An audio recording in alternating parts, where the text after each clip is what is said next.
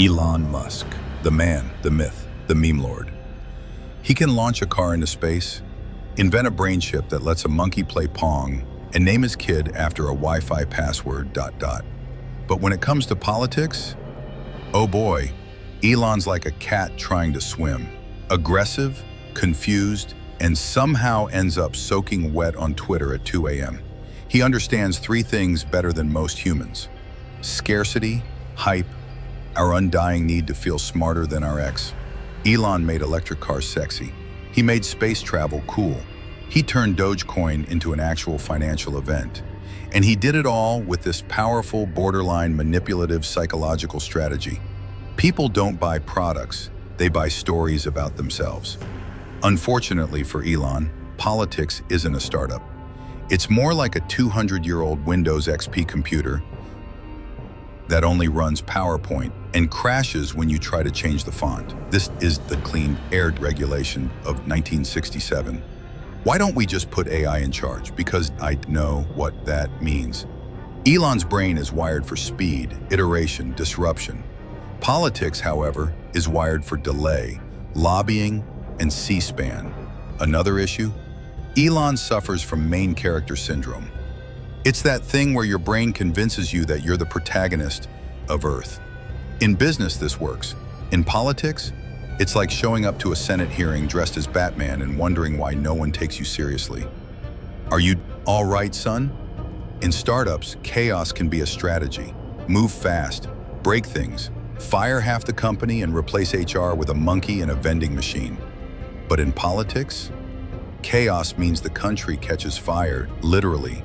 You can't just tweet, "Abolish the SEC," and expect Wall Street to chill. Let's get psychology nerdy for a second. Elon is a classic intuitive thinker, big picture, systems, vision.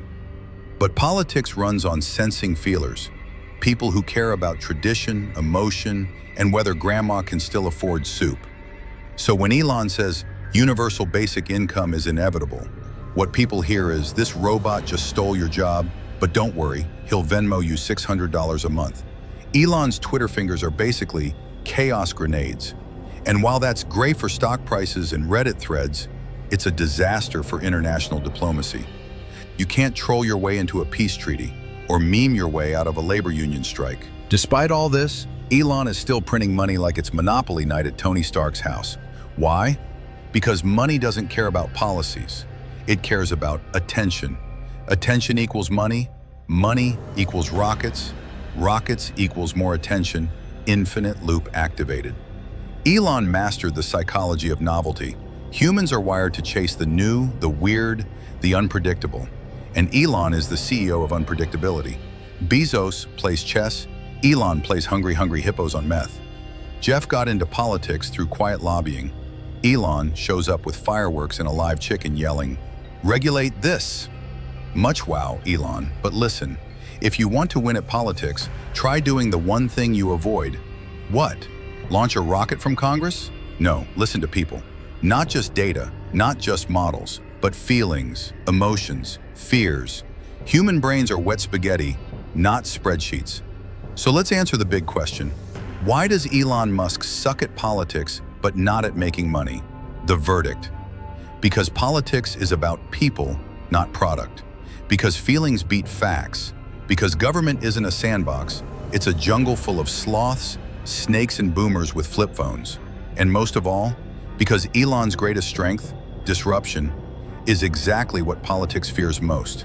He may never be president, he may never win a debate, but he will launch your grandma's blender into low Earth orbit while tweeting memes at 3 a.m. And somehow, we'll still buy the next thing he sells.